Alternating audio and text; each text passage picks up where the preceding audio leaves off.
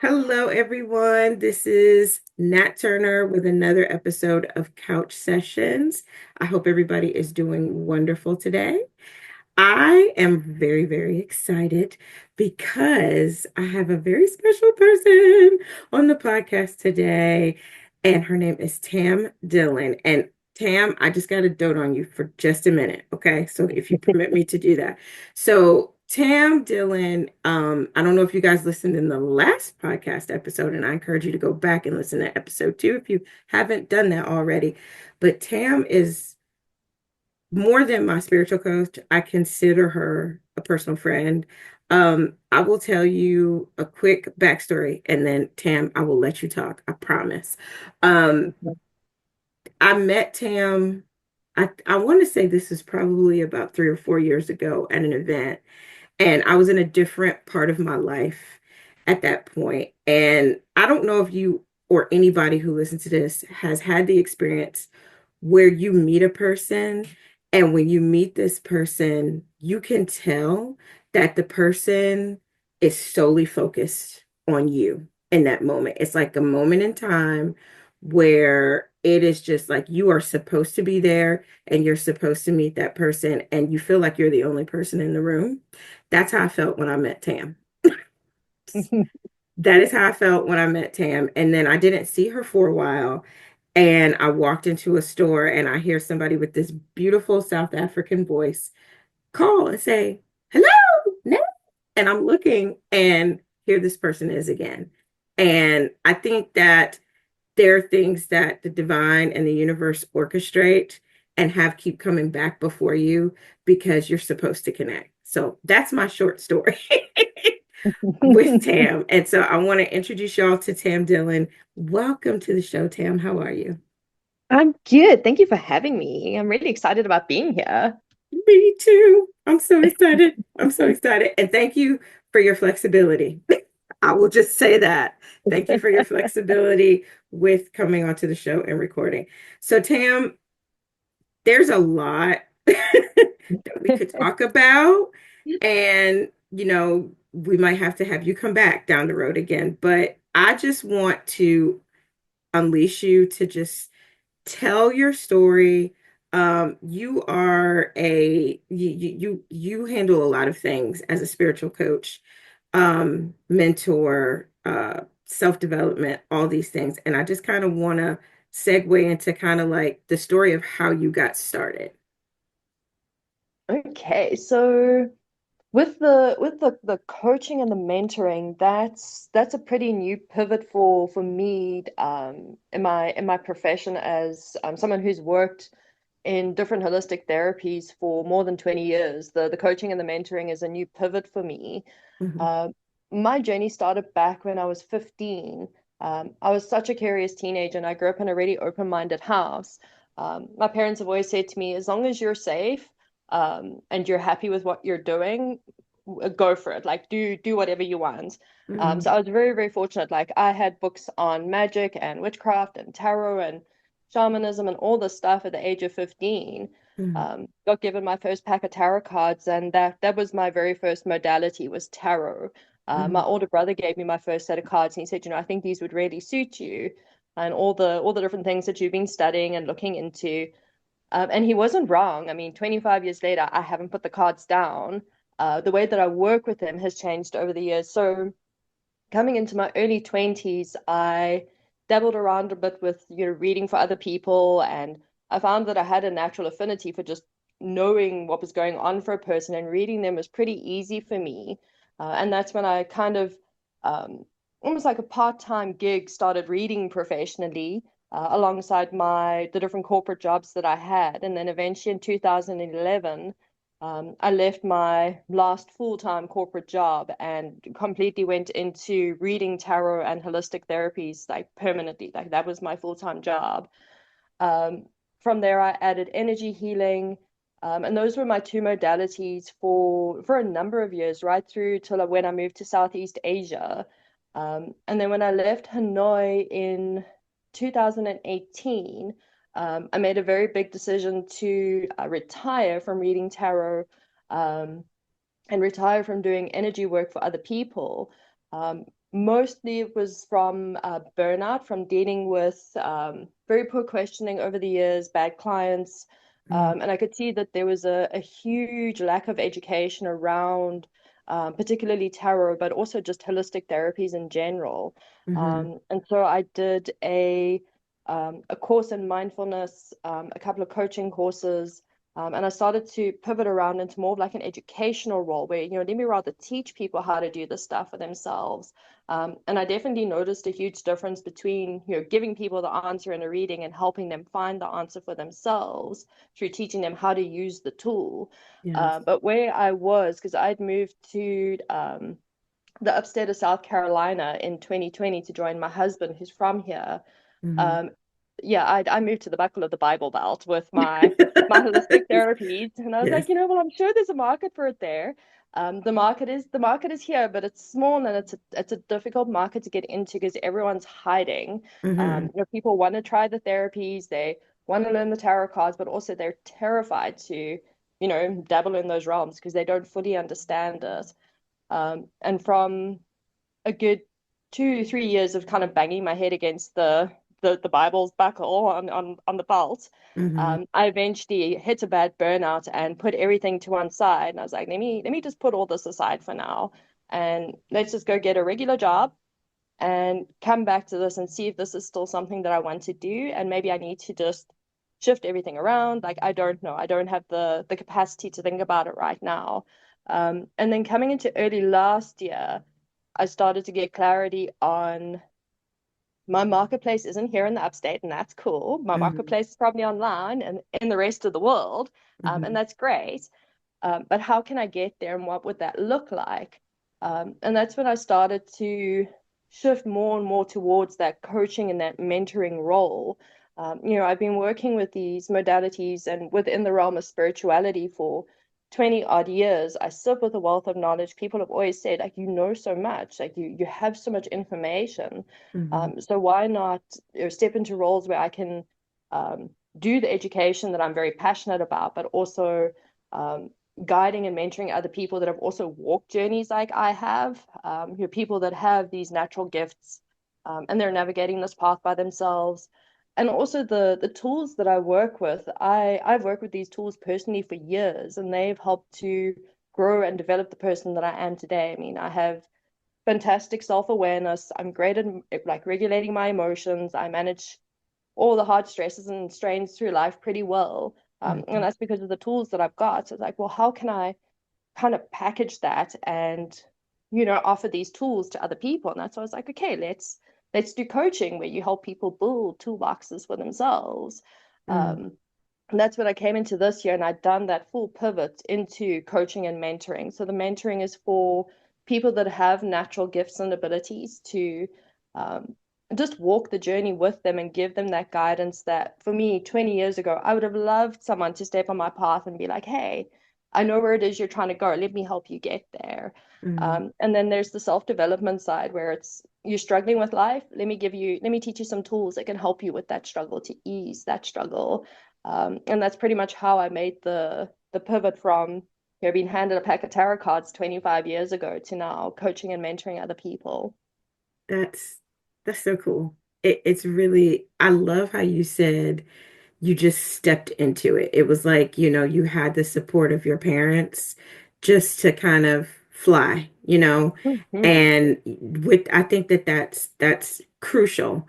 Like it was almost like they gave you permission, like go. Seek it out, Absolutely. search it out, and just let it go wherever it takes you. And then it came very natural to you. I want to step back into the tarot just a little bit. Yeah. And you talked about living in the Bible Belt, and I love the positive stance you took when you came here. You're like, I'm sure there's a community there. I'm sure it's there. In the realm of tarot, and particularly for where we are regionally in the country. Um, Mhm. let's talk about how tarot is beneficial. And it is a tool to give you clarity. I think I heard you say on your podcast recently, it's to give you clarity for something in the present. Absolutely, yes. Yes. Can you expound on that? So when I first started reading tarot, I mean when I was a tarot baby, all I knew was predictive tarot. Hmm. And for me, I've got the gift of foresight, so I can Hmm. sit in front of a person and I can see down their timeline. And sometimes with like the accuracy is insane. Where I'll say, next week Wednesday this is going to happen, Hmm. and next week Wednesday they'll come back and be like, oh my God, you were spot on. Hmm. But not everyone who picks up a set of tarot cards has that ability. And it took me, I would say, probably about 10 years, full years, to really see that tarot is so much more than just a predictive tool. And Hmm. that's when I started shifting a little bit more. I read professionally, but the work that I was doing had a lot more therapeutic like intention behind it. It's how can I actually genuinely help this person with what Hmm. it is that they're looking for, besides just, telling them, this is what you should do, or here's the answers. Um, and as I started to see that link between tarot and a tool for really like climbing into who you are and really unpacking the self, so I started to move towards using the cards more and more for myself as a therapeutic tool to understand myself. So if I Hmm. was working with something um, very specific, like perhaps an emotional trait that I had that I was like, where does this come from? How can I understand it better? Hmm. What's holding this emotion in place? What's keeping it here? And I was like, well, let's pull the cards. Let's ask the cards and see what the cards say. Hmm. Um, and I mean, I've been doing that for several years. And out of all the tools that I've used, I think tarot has probably been the most insightful when it's come to me growing as a person and developing as a person. So the common misconception with the cards is that they're a fortune telling tool, or they're just there for entertainment. Meanwhile, you've got 78 cards that um, can tell you about pretty much any human experience that we could have within our lifetime, tell Hmm. you why you're going through it, how you can move through it, what you can take from it, different ways that you can approach it. So, there's so much more to this pack of just, 78 cards. And for me, that's I think why I lent into the educational aspect so much, because I was so passionate about that aspect of tarot, that there's so much more to it than just, can you tell me what my future spouse's star sign is going to be, or when am I going to get married? You know, let's look at some deeper stuff. Right. Let's look at some other questions. Um, so yeah, the tarot most definitely I would say is more a tool for self-development, and getting to know the self. It works as this really beautiful mirror, um, and less so as a tool for, what are you doing next week Wednesday and who are you going to marry and when. Hmm. Uh, so yeah, the cards definitely need to be better understood, and yeah, people could work with them in such phenomenal ways to really just get to know the self, or unpack your traumas, unpack your past experiences, your fears, your phobias, all of that stuff. You can unpack it with the tarot. And the beautiful thing is that it's a safe space to do it, because there's no judgment there when you're pulling the card. Hmm. Hmm. Unless you're going into it with a whole lot of judgment. But the cards aren't going to judge you. They're not going to sit there and say, well, you screwed up over here, or, you messed up here, or you really stink over there. They're going to just show you honesty what is happening, and you Hmm. can take from it what you need, and leave the rest behind. I agree with you. And I think also because there's a lot of negativity around it from the perspective of it being like something that's tied to something dark. And Hmm. it's not. It is not, at least not for me. And I'm touching them every day. And it's been a source of, in a lot of cases, honestly, Tam, a source of self-compassion in certain areas, because there's been areas where I've been hard on myself and the cards have revealed, like, hey, this is where this is coming from, and this is how you need to see yourself. Yeah. Yeah. And it's not in a judgmental, critical way. It's just revealing a part of myself that, you just need a little bit more TLC, or, just just whatever. You know what I'm saying? Just Mm. not anything to make you, as you say, feel condemned. I think it's important for people to hear that, especially being here, because a lot of times, even in mentioning it, you'll sense the energy of fear come upon a person Yeah. when you Yeah, mention it. absolutely. And it's kind of like you almost have to kind of sit back and kind of wait and evaluate to see where they are, before Yeah. you talk about more of it and the benefits of it. And then there's the other extreme too, where it's like what you've talked about before, where people were just coming to you because they wanted to know who they were going to marry and if it was going to be next week or next Yeah. month or next year. And then that just becomes they become very reliant on you. And I love how you have instituted tools to where you're encouraging people to learn this for themselves.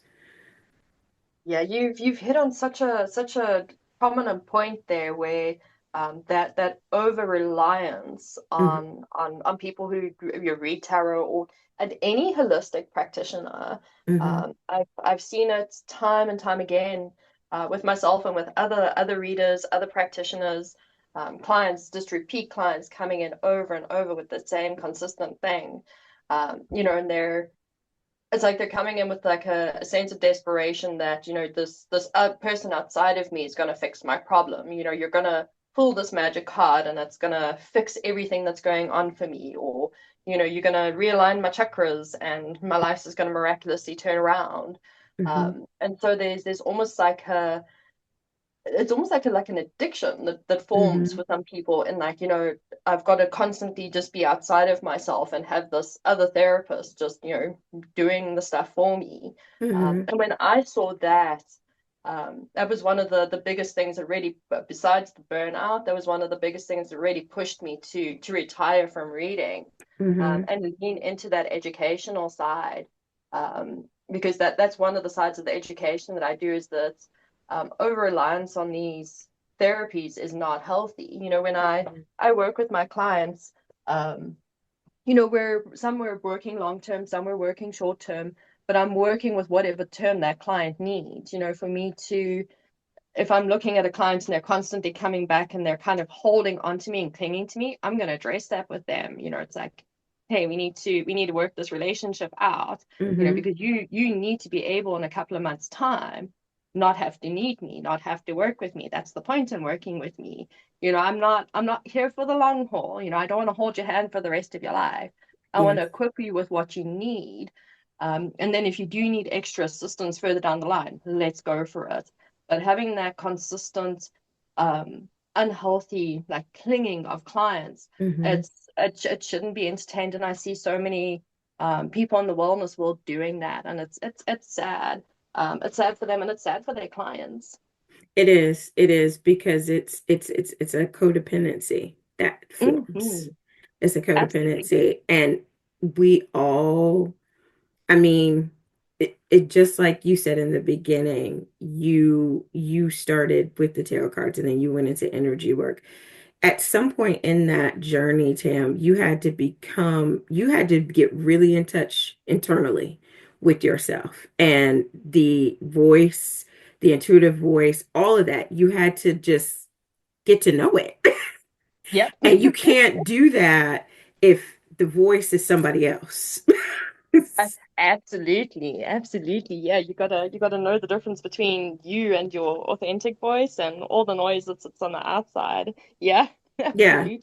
you have to, or that's the voice that's going to speak the loudest. And it's not Hmm. you. It's not you. And I think in many arenas in life, I have this saying of you take the meat and you spit the bones out. Take Yeah, what you need and keep going. But the journey, you have to do the work. You got to work the muscle. And if absolutely. you Yeah, don't work the muscle, it's going to get atrophied and it's going to hurt really bad when you start working it again. But the more you work it, the stronger it gets. And you have to be willing to just, hey, I'm going to sit in meditation or whatever you do Hmm. And you may not get it that first time. You might have to sit in meditation consecutively for a little bit before the answer comes. I've had that Yes. happen to me plenty of times and I get Yes. frustrated. But but I would rather sit and wait for what I need to come. And you know when it comes because you feel it. It resonates Yes. with you. You're in flow space. It's just like, okay, this will come when it's time. I just need to keep moving forward. So I want to kind of pivot a little bit and talk a little bit more about like your the self-development. I know a lot of that is new. I want to talk more too if we can. I know there's so much that's available, but kind of like your journey into the space of like the yoga tarot, the Tam Dillon Academy. You've got a lot out there on your platform. And by the way, y'all, I'm gonna put all this information in this episode so you'll be able to go and look for yourself. But please, whatever you want to talk about in those realms, Tam, go ahead. So the yogic tarot, let's poke around with the yogic tarot a bit. So I mean we Okay. chatted about my journey with tarot that started 20 Yes. odd years ago.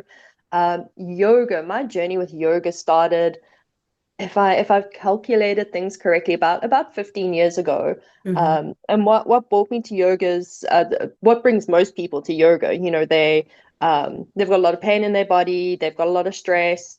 I mean, I was in my early 20s and I couldn't bend over and touch my toes. Hmm. In all honesty, that's why I started yoga. I was like, I want to be able to touch my toes. I'm 20 Right. something. Why can't I touch my toes? I tell you what, when I touched my toes for the first time, it was like a celebration. I was like, oh, I did it. It's amazing. But that's what brought me to yoga.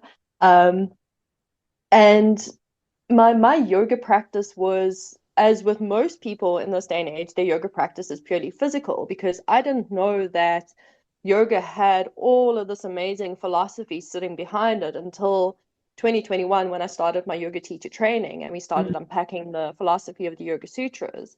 And I was like, oh wow, there's this whole other side to yoga. Like I've only been doing like a portion of it, like a small little slice of yoga. Right. Um, and as we started to unpack all these philosophies, I kept seeing these unmistakable links between the tarot cards and everything that I knew there and all the stuff that I was learning with these philosophies. And I think we got to about June, and I said to the lead teacher, I said to her, I have to put this yogic tarot system together. Like I keep seeing these links between the cards and yoga. And I'll be honest, it was almost like an obsession. It was like I have to do this. Like it just fits together too perfectly to like not put it out in the world. Like why has no one done this? Gotcha. And then I was like, well, it's 78 cards, and you're trying to line them up with another system. That's why no one's done it fully. And you get a couple of sets out there um, that have incorporated like aspects of yoga, but nobody's actually taken each 78 cards and allocated a specific yogic philosophy and a pose to that card so that you can actually have a full practice that goes with each tarot card. And that's essentially what I did with the yogic tarot. Is it's a full practice system that I've now made. Um, and it took about 3 years to get the full system built out properly, because there is a lot of consistencies, but there's also parts where it's like, oh, I don't know how to make that first. And then having quite a few experts have a look and review, all of them have said like, yeah, it's tricky to take two different practices or two different modalities and put them together in a way that's um, like perfect and streamlined. Yes. And I know that the system is not going to be ever be perfect, but streamlined and has flow, absolutely. And I must say, I'm just so happy with the way that the system has come out. And I'm now currently teaching that through my YouTube channel. And I've got the guidebook coming out for that November late this year. Yes. Yay, yay, yay, So yay. there's, yeah, so that actual guidebook, you can purchase it. That'll be available.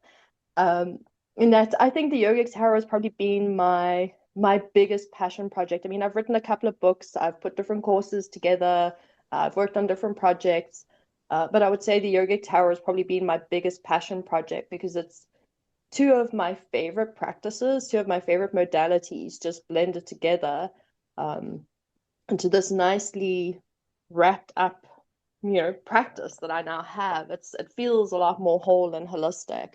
With the cards, you're getting information and you're getting insights. With yoga, you're being shown a way to live and do. And when you kind of combine the two together, you have this whole big picture that kind of comes together, which is just really beautiful. So yeah, putting the yogic tarot together was definitely my favorite project over the years. Absolutely, definitely the passion project. Um, for the Tam Dillon Academy. That was my publisher that pushed me to do that, actually. We Oh, we wow. spoke about that um, early this year. I've been working with my publisher, the Peacock and Owl, since 2019 when I wrote my first memoir. Well, when I published it for the second time, I worked with the publisher, and back then she was just doing editing. And I was so excited when she said, I think I'm ready to go into publishing. I was like, yes, do it.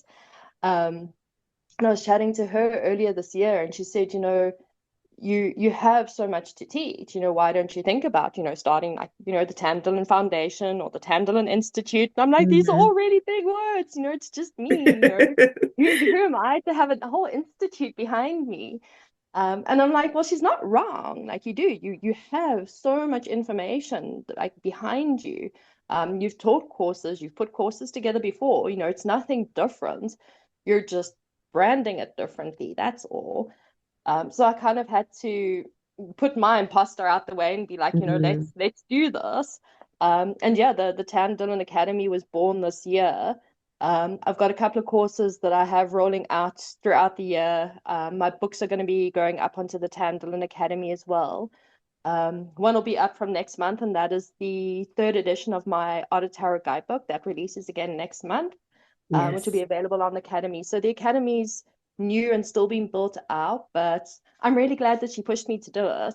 Um, So am I. And I'm so glad that you followed that. And I love your vulnerability and saying that you had to address your imposter. And I want y'all to hear that. Like, here's somebody who is got all this knowledge and experience and teach. And I love that you revealed that you had to deal with the imposter and put it out there. Like we all have stuff. And so I can totally get that, Tam. And I'm so glad you listened. Absolutely. I mean, imposter syndrome is very real for Mhm. I think most people that work in holistic therapies. Imposter syndrome is a very big thing. Most people that have come to me over the years, other practitioners, people that want to be practitioners, and they're like, "Oh, I want to do it, but I don't think I can." And I'm Mhm. like, "Why? You're amazing. What's wrong with you?" Right, But right. I'm doing the exact same thing where I'm like, "Oh, I don't know if I can do it," and people are like, "Why? You're amazing." So it's part of the. I think it's just a natural part of the journey to be becoming the full practitioner that one can actually become, because I think in dealing with the imposter syndrome, it helps to kind of dismantle that ego aspect. But Mm, instead of the ego kind of veering off into the harsh side of like, oh, I'm amazing, I'm awesome, I'm this, I'm that, it's kind of veered off into the opposite end.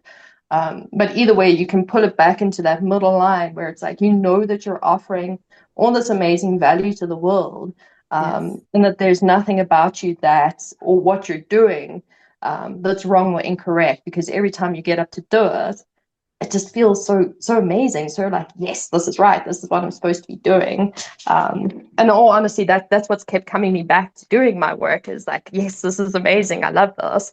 And that's probably what's always pushed me past the imposter. Hmm. I mean, my imposter syndrome's gotten way less over the years, but yeah, it still pops up. Yes. And I Getting love, better with it. yes, it does. I love even when you and I have talked, because I came to you with that same thing. I'm like, I don't know if I can do this. Yeah. I don't know if I could do this. How am I supposed to be an energy healer out here? And I'm like, what? Let's just do this. And I love the analogy that you gave me about how to visualize the imposter syndrome.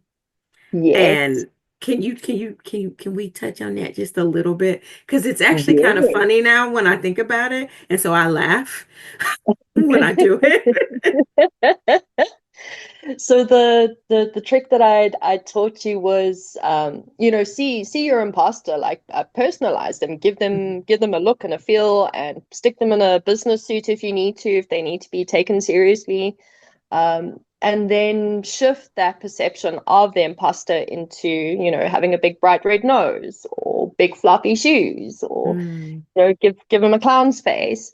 And so you start to take this imposter that we've been taking so seriously in the business suit all these years, and we're like, oh, well, you're actually just a clown with a big red nose. Like, hmm how can I actually take what you're saying seriously? And it also creates some distance between you and the imposter. Because I think for a lot of people, they become the imposter. They kind of emulate that, and they take on that personification as like this is who they are. Instead of that imposter syndrome actually being an external aspect of them and their experience.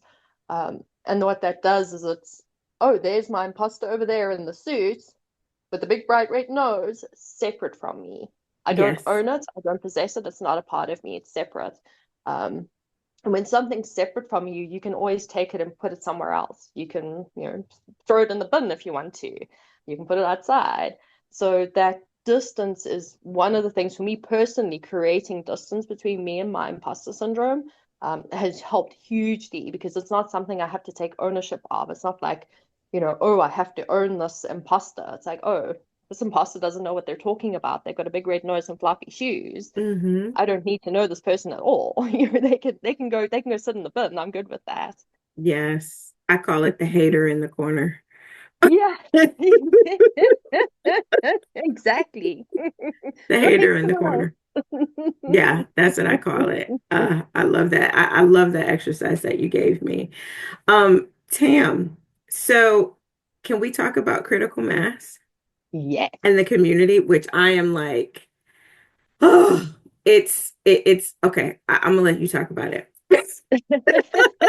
Well, I Because love that you're that enthusiastic. Do you want to talk about it? Because I can talk about yes, I want you to talk about it because I just want you to talk about it. But it. So when I moved to South Carolina, the spirit realm was pretty loud in saying that you need to start like gathering up the healers and start creating a community. And while I was living here, there was just almost like an influx of holistic practitioners and healers and guides all moving to the upstate of South Carolina. So, my logical brain was like, well, maybe this community thing is supposed to be here in the upstate. And so I started what was called Upstate Healers Collaborative with another practitioner here. Mhm. Um, and at first, the alignment was amazing. I could definitely see the community thriving. Healers were getting what it is that they were looking for. And then I started to notice the politics, the toxicity, the pseudo spirituality. Mhm. People were saying like, "Oh, I'm a healer and I've done all this work," and then the next breath they're saying something that definitely contradicts what they've just told me. Mhm. People being healers that really have no right to be healers, like they're causing more harm than good. Mhm. And then eventually I started to hit the beginning parts of my burnout back in 2023. Um, and part of the burnout was obviously banging my head against the wall with my business, trying to do all these holistic therapies in the Bible Belt. Yes. Um, and also from what I was seeing within the holistic community here. And eventually I pulled away from it entirely. Um, and then I did the full pivot away from just absolutely everything. But throughout that time of stepping away from upstate healers, like Spirit Realm was still like, hey, so you need to do this community thing. You need to bring the healers together. And I'm like, man, I tried. They don't Right. want me. They don't want to do it. And they're like, no, it's supposed to be global. I'm like, oh, okay, well, that makes more sense. Um, so I attended a Facebook group because that's what we do in this day and age. We're just like, well, let's put everyone in a Facebook group. Um, and I started the group. I invited maybe 6 people and did one post, and I was like, I don't actually have the energy for this. Like, Mhm. Facebook group is not correct. And I sat with it for a couple of weeks, and then I was like, you're just being daft. Like you've been building websites for years. You've built all your own websites. You know how to work WordPress. I'm sure you can figure out how to, make a community-based website. Like that's if you don't know, you can Google. Hmm. And I did within 2 days. I built the critical mass platform. I've never worked with forums or built a little social media platform before in my life. And in 2 days, it came together. So I was like, okay, this looks like it has a lot more flow than my Facebook group. So I think we're on the right track now. And then it was me really having to step out of my imposter syndrome, and start reaching out to healers. Some I hadn't spoken to in years. Hmm. Some thought I'd actually just gone back home to South Africa. So they were like, "Oh, you just disappeared. Like, what happened to you?" And I was reaching out to people and saying like, "Hey, spirit and the ancestors are telling me I need to gather up the healers and create this community. So if you don't think I sound crazy, here's the link. Come join. This is what we're looking to do." And the response was amazing. Every person came back and they're like, "Tam, your timing is perfect. Like, this is Hmm. what I've been looking for. This is everything that I've been thinking. Everything you're saying is just resonating." And I was like, Yes. thank God for moving outside of my imposter and, doing what I was supposed to do. Um, and that's pretty much the birth of critical mass. And what I've done in the last sort of 2 months or so is actually reached out to a handful of practitioners. I've got two based in South Africa and two here in the upstate with me here. And we now have the critical mass committee, Hmm. because I don't want critical mass to be like, oh, critical mass is Tam's thing. I'm not starting an organization. I'm definitely not starting a cult. So it's like let's bring in a committee, man. Let's make this a little bit more across the board. Yes. And I must say, I'm working with four amazing people, that just their expertise expands across some phenomenal modalities, and they're just some of the most beautiful people that I've come across. Like I'm privileged to work with them. So we now have a critical mass team. Everyone's on the same footing. Um, and the community is just growing and expanding so beautifully. And this Saturday we're having our first Critical Connections Healer Gathering, Hmm. which is an online event. And then coming into May, we're going to start rolling out all our educational programs on our YouTube channel. Yes. And we've got essentially two parts to that. We have public education, and then we have healer education. And public education comes in two forms. We have quick, sort of 5-10 minute videos where it's like, this is how it works. And we talk about, tarot, this is how it works, Reiki, this is how it Hmm. works, hypnosis. Um, and then we have sort of long form panels where we invite experts in a particular modality or industry to talk about a very specific topic. One of the ones we have coming up is there's more to yoga than just stretching. Hmm. Uh, and that's the core purpose with that is to educate the public on all the different modalities that are out there, getting rid of all the myths and the misconceptions, showing them, this is how it works. This is the benefits that you can get from it. There's more to yoga than just stretching. Hmm. Um, and then we have the practitioner's educational side, and that also has two parts to it. And we have what we call roundtable discussions, where we'll talk about things like healer burnout, setting boundaries, ethics in your practice. And Hmm. then we then have a little bit more of a business themed educational side where we actually bring in experts from business or legal or marketing or sales, to come and help us with the nitty gritty of running a business. Because at the end of the day, with practitioners, we're still running a business. Yes. And for a lot of us, we struggle with the business aspects. Hmm. So yeah, bringing in these professionals to help us simplify, that business aspect, all the stuff we don't want to do but we have to do. So yeah, critical mass is very much, um, we're about healer community and growing the Hmm. global community, forming different collaborations around the world. So healers collaborating with healers around the world, and education. Those are the cornerstones that would hold critical mass up. It is amazing. Um, I will say that when you first reached out to me about it, and I don't remember if I shared this with you. I had been thinking about you for 2 days. Mm-hmm. I do remember you sharing that with me. For 2 days. You kept coming up. I kept hearing your name. I kept seeing your face. And I had to deal with my imposter. And it was just like the divine was like, okay, I'm just going to put this in front of you now.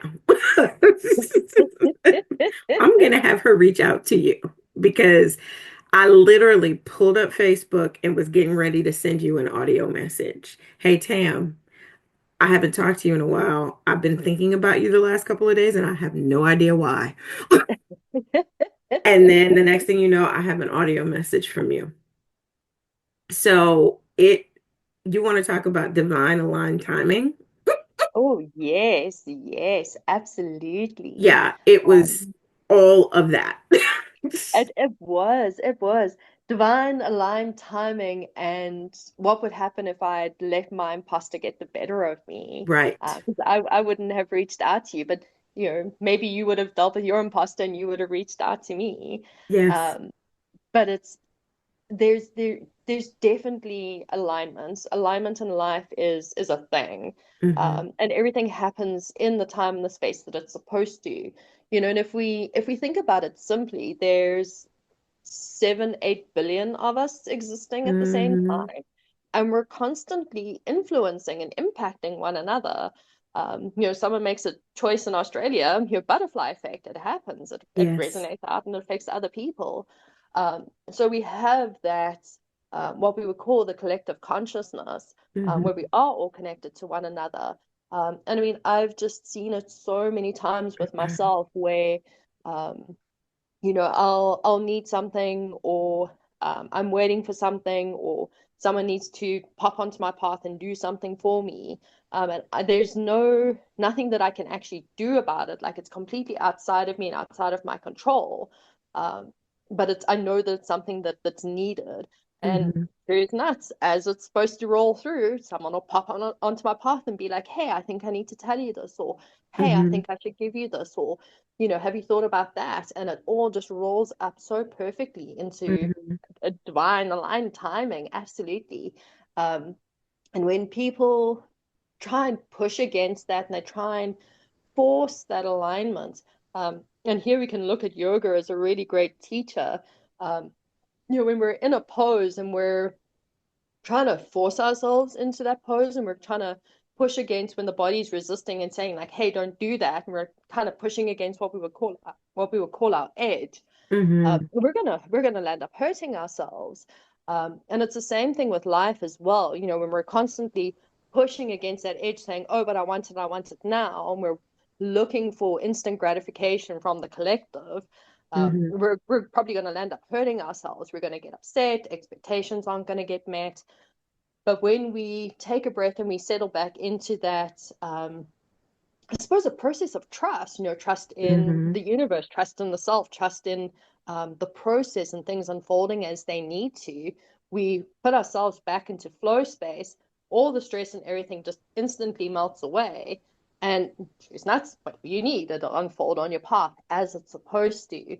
I think people get caught up in the instant gratification of life and that constant, oh, I need to have it and I need to have it now. Yes. And that's where they're just constantly stepping outside of that alignment, um, outside of that natural flow space. You're right. And there we live in a culture that is built on instant gratification. Make something Yeah. happen and make it happen now.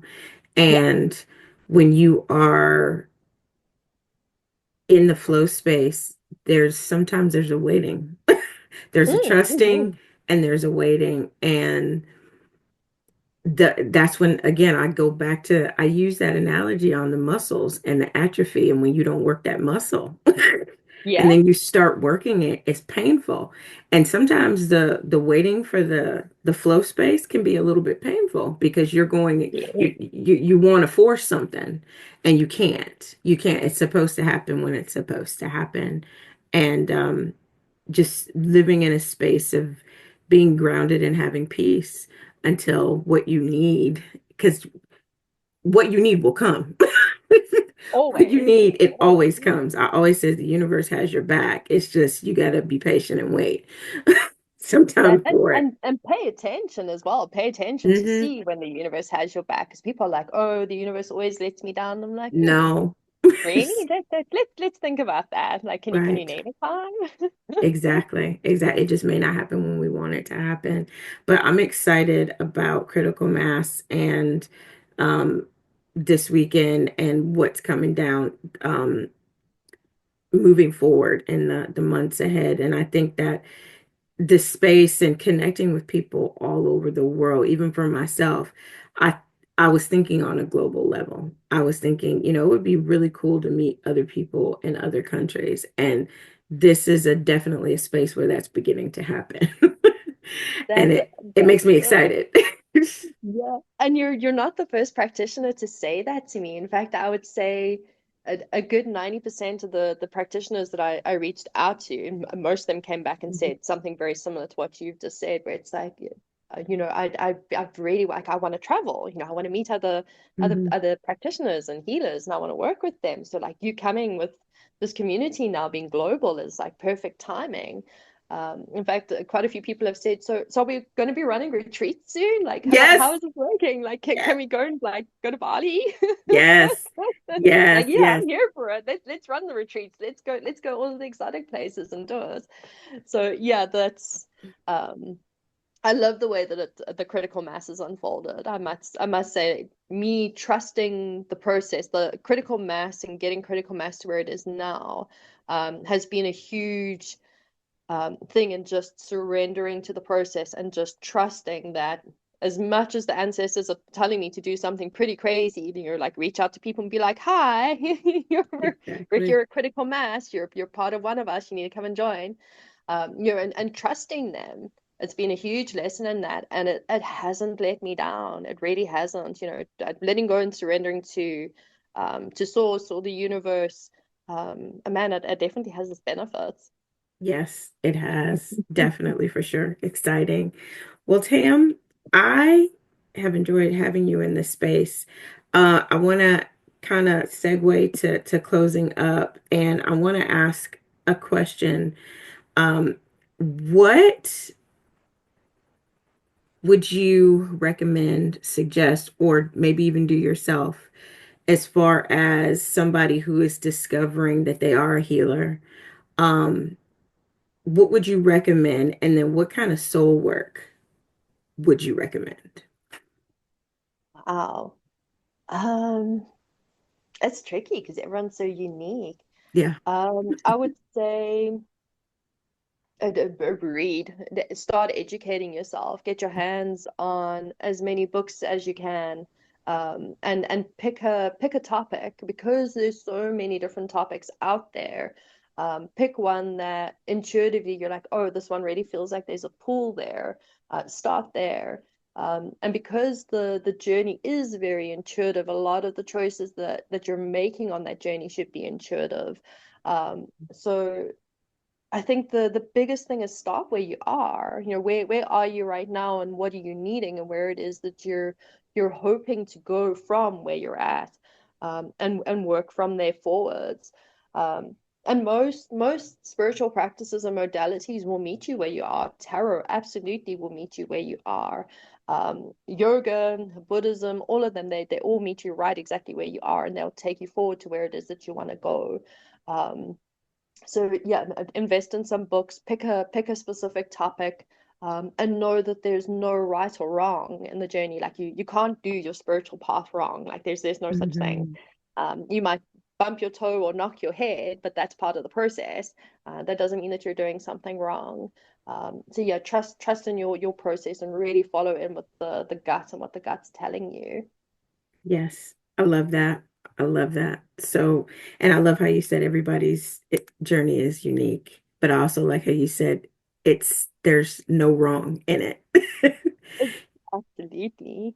Yeah, no wrong in it at all. Well, Tam, I have enjoyed you so much in this space, and I'm so thankful that you are in my life and you are a presence in my life. And I'm thankful for just the fact that I get to build community and relationship with you in I this, love that. Mm. yes, in this time and in my journey. And for those who listen to this podcast, please like, share, comment, rate. We are on Apple, we are on iHeartRadio, YouTube, Amazon Music, and Spotify. I hope one of those is your podcast listening home. Please feel free to share and comment and rate us there. And I will place Tam's contact information of how you can find her in this episode. I encourage you to check her out. She is amazing. And she is definitely a space for those of you that are feeling the call into the world of becoming a healing practitioner. And there's many other practitioners within Critical Mass that she can connect you with as well. So again, Tam, thanks so much for coming on the show. I have enjoyed you and I gotta have you come back. I would love to be back. Thank you for this has been fun. I've loved this. Thank you for having me. Good. It has been fun for me too. Thank you so much. All right, guys. Stay tuned for the next episode. And don't forget, your life has purpose. You are on this planet for a reason. People need to know that you are here, and people need to hear from you. We'll see you soon.